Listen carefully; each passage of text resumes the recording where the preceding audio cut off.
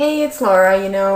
This week's discussion is about some things that are fairly near and dear to my heart. We're talking about early childhood educational programs as well as elementary educational programs. And I have spent the last 15, 20 millennium working as an early childhood specialist. And in fact, I do a 4-day course on early childhood programming and education in students with ASD through the START program. And so I've taken a few of the slides from one of the orientations and kind of put together just a little bit of a quick supplemental PowerPoint about intervening early and effective components of a program. I know you guys were reading Zager chapter 6, and Summer put together a great lecture for that, to review that lecture, but it's a little bit less hands-on and more theoretical than what I like to talk about.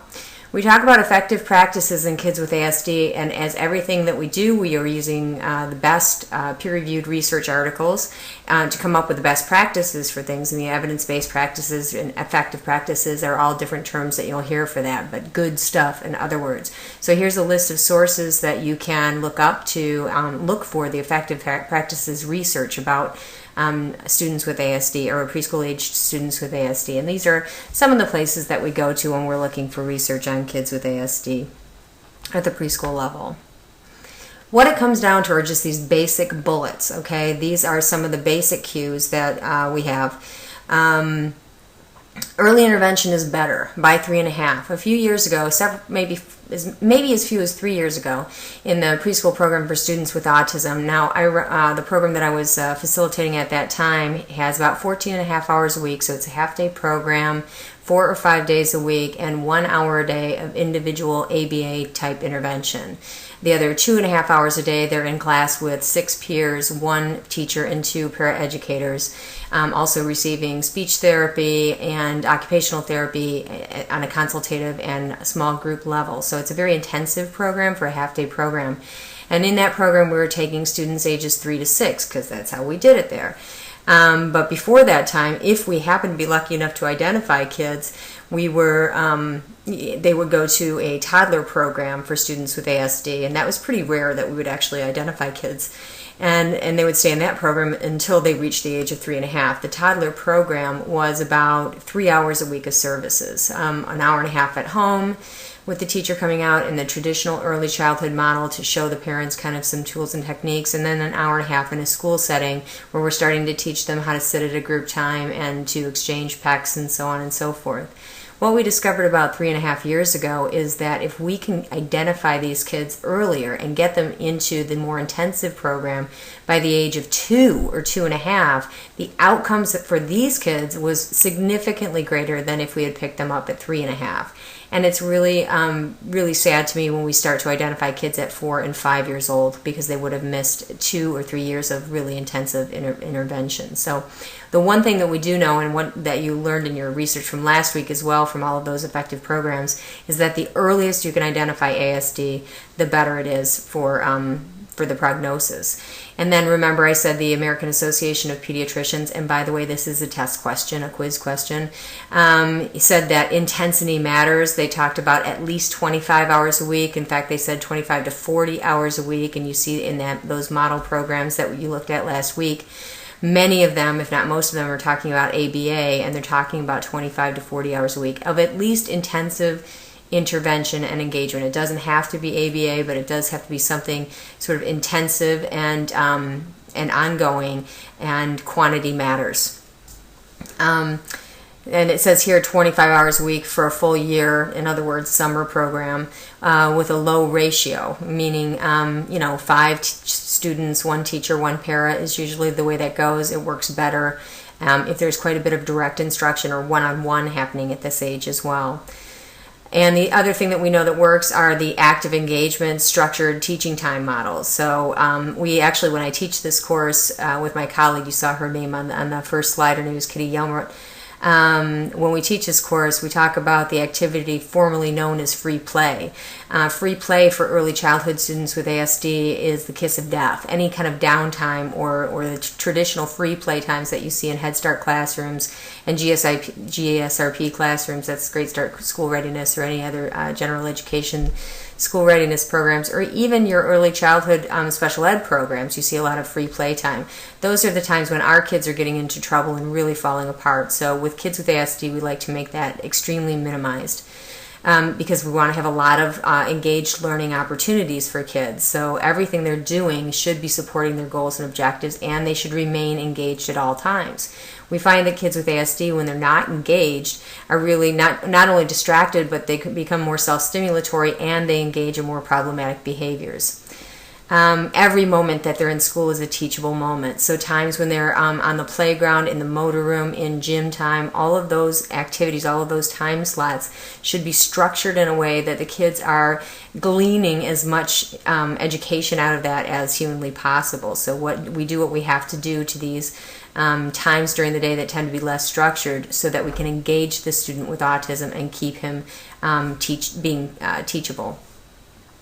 We also know that a critical component is family participation. We only have them in the program that I'm talking about half days. Many preschool programs are going to full days, but realistically the majority of their time is spent in the home. So whoever is interacting with them on that level needs education as well. I love it when we send kids home and tell mom and dad, oh, he had a bad day at school, he can't learn at school, and we don't give them any tools for how to fix that at home, just kind of assuming that the parents are going to know better than we do about how to educate kids.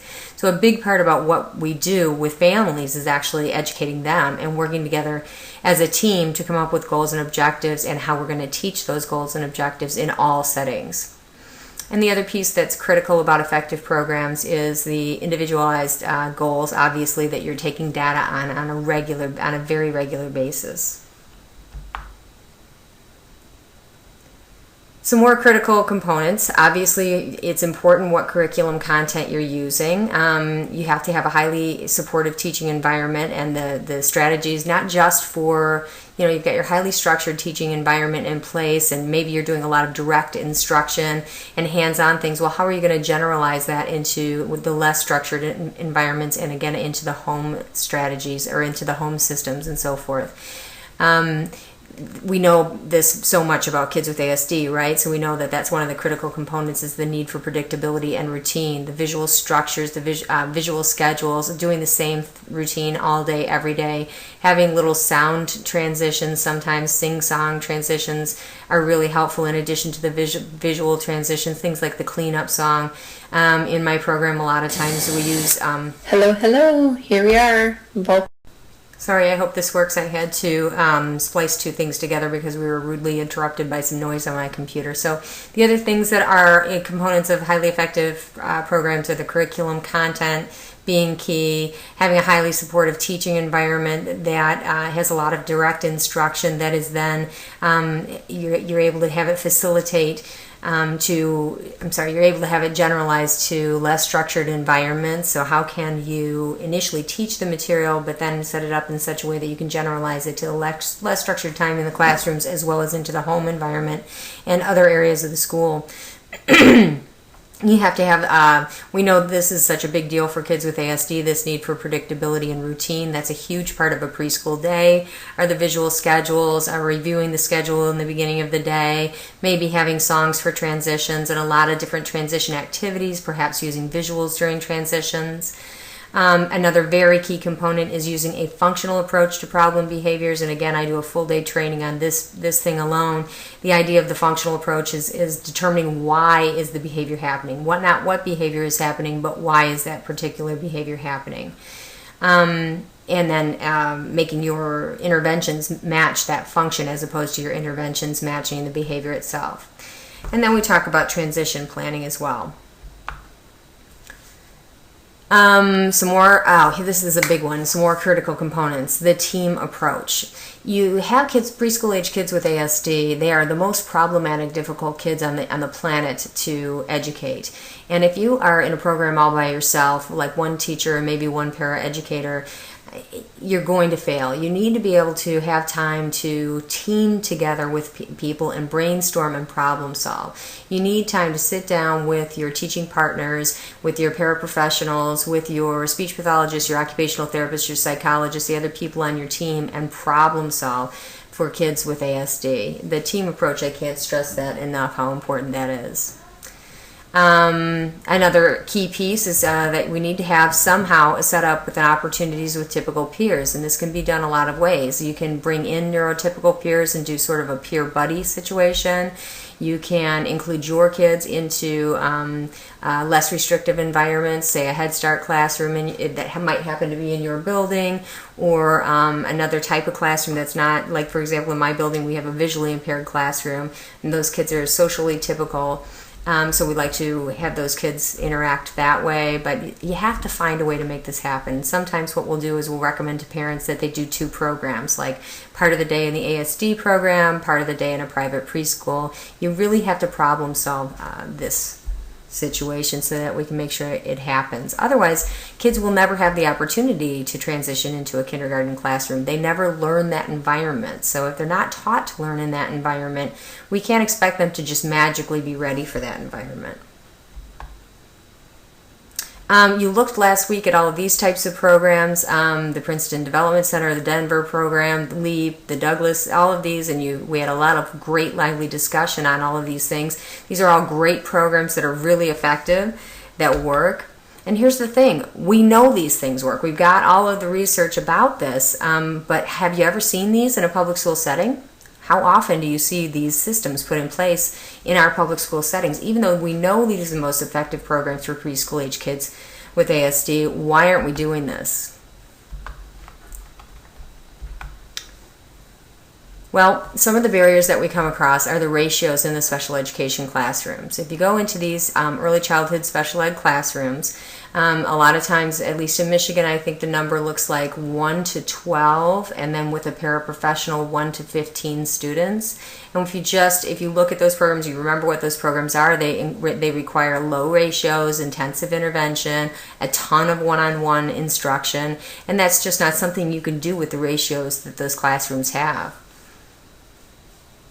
The intensity and the time. When we first started talking about doing ABA or discrete trial therapy in the public schools, and we talked about 3 to 6-year-olds and 0 to 3-year-olds, and we were making excuses like, oh, those kids are too little, they need to take naps. But what we really meant was, how are we going to get a speech pathologist to give 10 hours a week to one child when she's got a caseload of 60?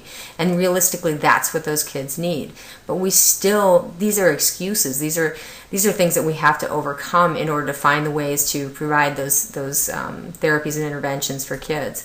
The way we did it in the program that I was working in was we had a speech pathologist supervising several para-educators, training and supervising, and those para-educators were delivering the intense ABA interventions. I've also seen it done with college students and interns and so on and so forth, but that involves an enormous amount of training.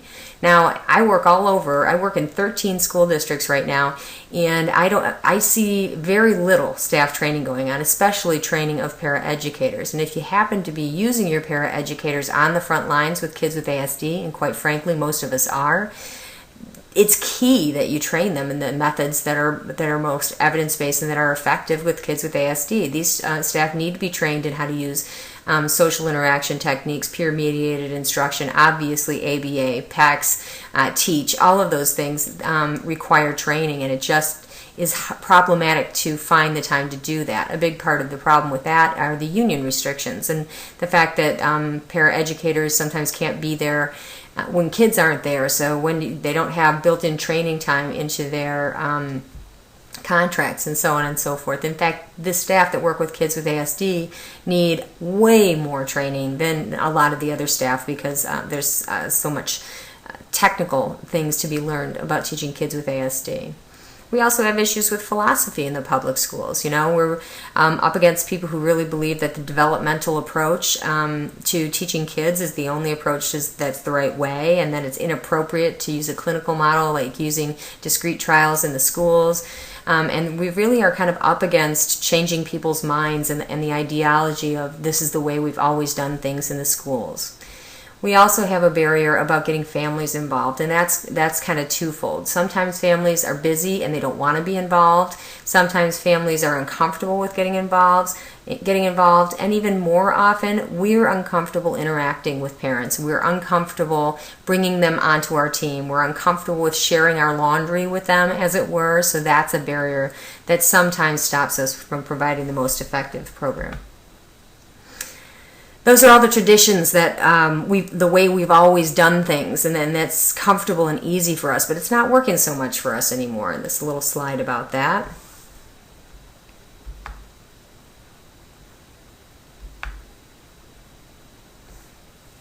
In a nutshell, what we need to impact are, on a small level, students, slightly larger level classroom. Then we need to get bigger and get into buildings, districts, counties, states. We need to sort of have a grassroots thing that really ends up supporting the culture of teaching students with autism.